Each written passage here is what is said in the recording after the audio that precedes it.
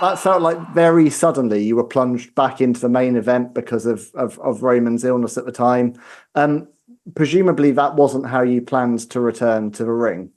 No, okay. I think the problem was when I came back to the WWE. You have to remember, I had a lot of injuries in WWE before I left and went to TNA, and I also had a painkiller issue.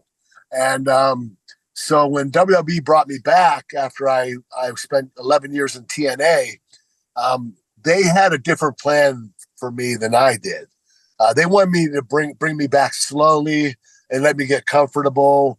And they wanted to induct me to Hall of Fame first. And I was like, Vince, the Hall of Fame should be last when I retired, And he said, well, I want to induct you to the Hall of Fame and then, get a feel for you, make sure you're doing okay.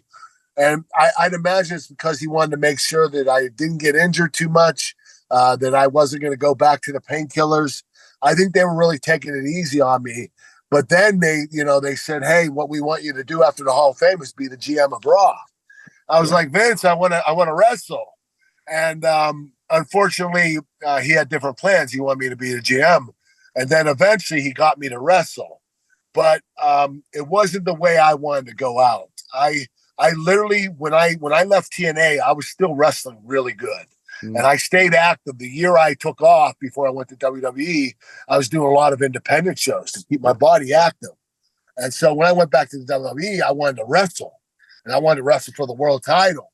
Unfortunately, they had different plans. They wanted to induct me in the Hall of Fame, then have me to be the GM of Raw for a year. And then they wanted me to wrestle. And the problem with that was I was inactive that whole year. I wasn't in the ring. I wasn't wrestling. I wasn't doing it every single night.